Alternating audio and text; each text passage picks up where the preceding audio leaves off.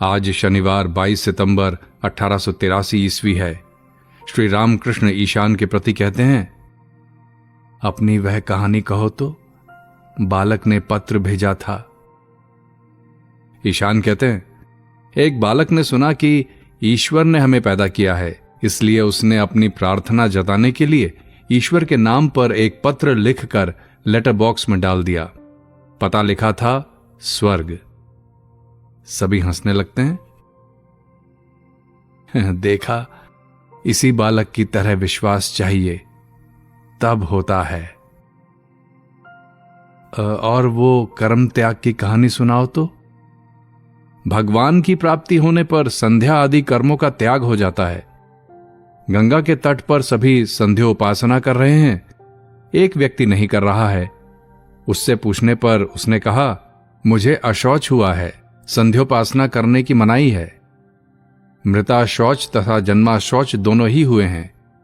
अविद्या रूपी माता की मृत्यु हुई है और आत्मा राम का जन्म हुआ है। अच्छा, वो कहानी सुनाना जिसमें कहा है कि आत्मज्ञान होने पर जाति भेद नहीं रह जाता। वाराणसी में गंगा स्नान करके शंकराचार्य घाट की सीढ़ी पर चढ़ रहे थे। उस समय कुत्ते पालने वाले एक चांडाल को बिल्कुल सामने पास ही देखकर बोले, ये क्या, तूने मुझे छू लिया? चांडाल बोला, महाराज, तुमने भी तो मुझे नहीं छुआ और मैंने भी तुम्हें नहीं छुआ।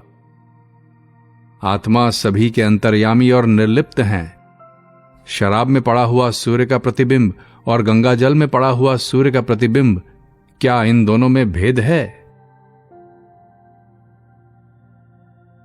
और वो समन्वय की कथा कैसी है? सभी मतों से उन्हें प्राप्त किया जा सकता है। हरि और हर में एक ही धातु हरि है, केवल प्रत्यय का भेद है। जो हरि हैं वही हर हैं। विश्वास भर रहना चाहिए। अच्छा, वो कहानी, साधु का हृदय सबसे बड़ा है। सबसे बड़ी है पृथ्वी, उससे बड़ा है समुद्र, उससे बड़ा है आकाश। परंतु भगवान विष्णु ने एक पैर से स्वर्ग, मर्त्य, पाताल, त्रिभुवन पर अधिकार कर लिया था।